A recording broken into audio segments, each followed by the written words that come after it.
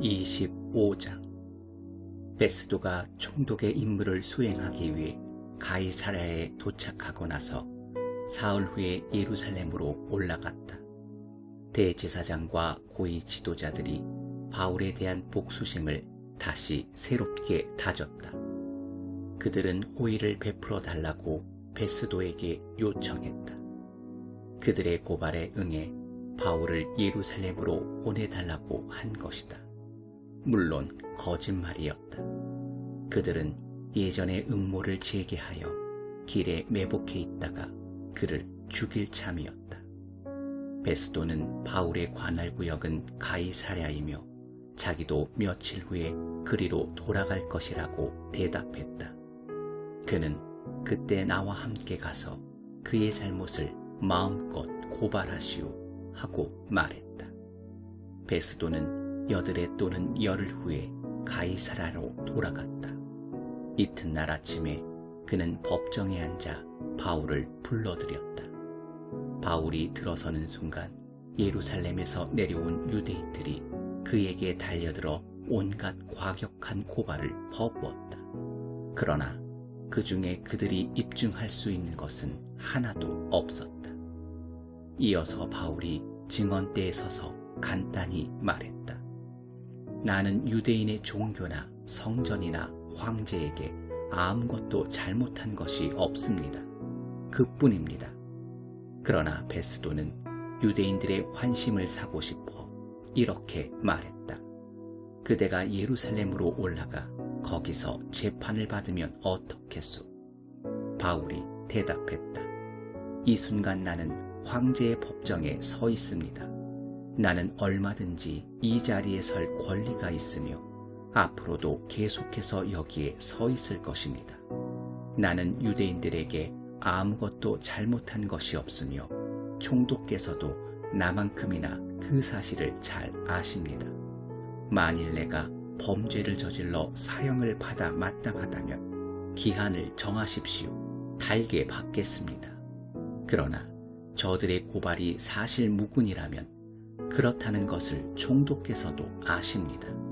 아무도 저들의 터무니없는 수작을 따르라고 내게 강요할 수 없습니다. 여기서 이만큼 시간을 허비한 것으로 충분합니다. 나는 황제에게 상소합니다. 베스도가 참모들과 잠시 이야기를 나눈 뒤에 평결을 내렸다. 그대가 황제에게 상소했으니 그대는 황제에게 갈 것이요. 며칠 후 아그리빠 왕과 그의 아내 버니게가 새로 부임한 베스도를 환영하려고 가이사랴에 방문했다. 수일 후에 베스도가 아그리빠 왕에게 바울 사건을 거론했다. 벨릭스가 두고 간 죄수 하나가 여기 내 관할하에 있습니다. 내가 예루살렘에 갔을 때 대제사장과 유대인 지도자들이 그를 고발하는 죄목을 잔뜩 대면서 내게 사형 선고를 내려달라고 바랐습니다. 나는 그들에게 우리 로마 사람들은 그런 식으로 하지 않는다고 말했습니다.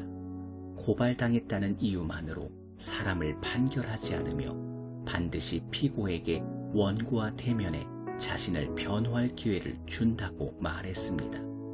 그래서 그들이 여기로 내려왔을 때 나는 곧바로 그 사건을 조사했습니다. 법정에 앉아 그 사람을 증언대에 세웠습니다. 원고들이 사정없이 그를 공격했으나 그들의 고발은 고작 자기네 종교와 피고가 살아있다고 주장하는 예수라 하는 죽은 사람에 대한 논쟁이었습니다. 나는 여기 새로 부임한 데다 이런 사건에 관련된 사항도 모르는 터라 그에게 예루살렘에 가서 재판을 받겠느냐고 물었습니다. 그는 거절하면서 최고 법정의 황제 앞에서 재판 받기를 요청했습니다.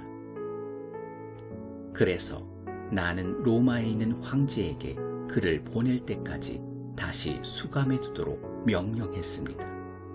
아그리빠가 말했다.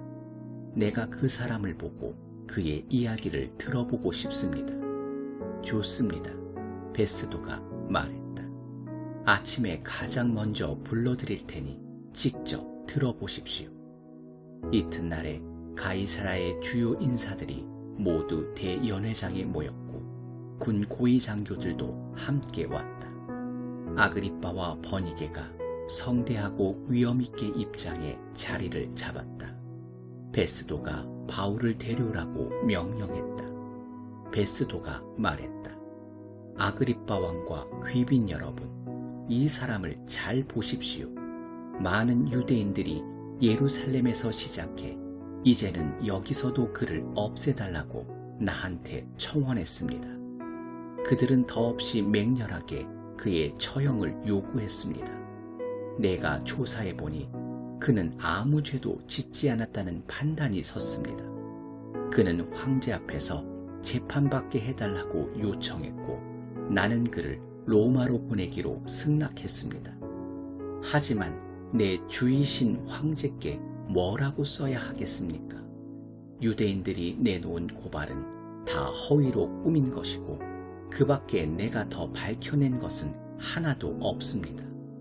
그래서 이렇게 여러분 앞에, 특별히 아그리빠 왕 앞에 그를 데려다 세운 것입니다. 제대로 된 소송에 어울리는 무언가를 건질 수 있을까 해서 말입니다. 죄수로 하여금 재판을 받게 그 먼 길을 보내면서 문서에 죄목 하나 적을 수 없다면 우스운 꼴이 될 것입니다.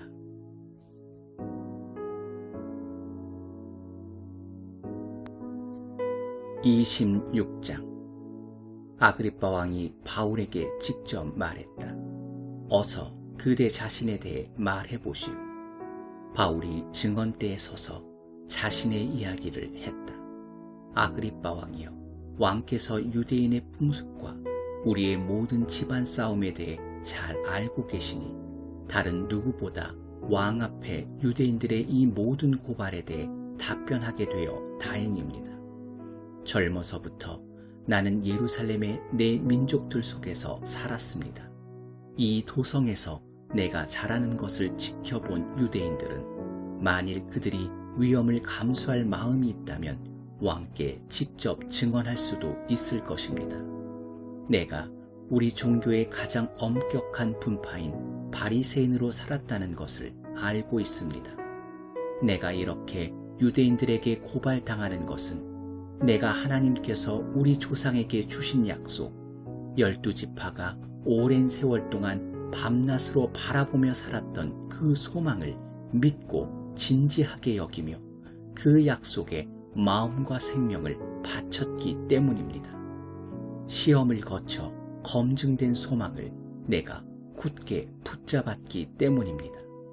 이 자리에 서서 재판을 받아야 할 사람, 이 자리에 서서 재판을 받아야 할 사람은 내가 아니라 저들입니다. 하나님께서 죽은 사람들을 살리신다고 믿는 것이 어떻게 형사 범죄가 성립되는지 나는 도무지 이해가 되지 않습니다. 솔직히 내가 늘 이런 입장에 서 있었던 것은 아닙니다. 한동안 나는 있는 힘껏 나사렛 예수를 대적하는 것이 내 본분인 줄 알았습니다. 나는 대제사장들의 전권을 등에 업고 도처에서 믿는 이들을 예루살렘 감옥에 쳐넣었습니다. 나는 그들이 하나님의 백성인 줄을 전혀 몰랐습니다. 기회가 올 때마다 그들을 처형하는데 찬성표를 던졌습니다. 나는 그들의 회당을 짓밟고 들어가서 그들을 협박하고 예수를 저주하게 했습니다. 나는 그 사람들을 소탕하는 일에 사로잡힌 폭군이었습니다. 그러다가 나는 예루살렘 바깥에 있는 여러 도시에서도 그 일을 시작했습니다. 그날도 여느 때처럼 내 활동을 공인해주는 대제사장들의 문서를 가지고 다마스쿠스로 가고 있는데 한낮에 하늘에서 햇빛보다 더 밝은 눈부신 빛이 나와 내 동료들에게 쏟아져 내렸습니다. 오 왕이여, 그렇게 화날 수가 없었습니다. 우리는 앞으로 고꾸라졌습니다. 그때 히브리 말로 한 음성이 들렸습니다. 사울아 사울아, 왜 나를 해치려고 하느냐? 무슨 고집으로 순리를 거스르는 것이냐? 나는 주님 누구십니까? 하고 말했습니다. 그 음성이 대답했습니다. 나는 네가 짐승을 추적하듯이 핍박하는 예수다. 그러나 이제 일어나거라. 내가 네게 맡길 일이 있다.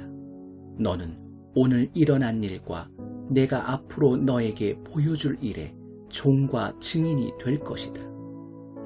그 일을 위해 내가 너를 선택했다. 내가 너를 보내는 것은 이방인들의 눈을 열어주어 그들로 하여금 어둠과 빛의 차이를 보고 빛을 선택하게 하며 사탄과 하나님의 차이를 보고 하나님을 선택하게 하려는 것이다. 내가 너를 보내는 것은 내가 그들의 죄를 용서하고 그들에게 내 가족의 신분을 주려는 것이다. 나를 믿어 참된 삶을 시작하는 사람들 속으로 그들을 초청하려는 것이다. 아그리빠 왕이여, 그러니 내가 어찌하겠습니까? 그런 비전을 두고 그냥 물러설 수는 없었습니다. 그 자리에서 나는 순종하며 믿는 자가 되었습니다. 나는 이 삶의 변화, 하나님께 전적으로 돌아서는 것과 그것이 매일의 삶에서 갖는 의미를 그곳 다마스쿠스에서 전하기 시작했습니다. 예루살렘과 인근 지역으로, 거기서 다시 온 세상으로 나아갔습니다.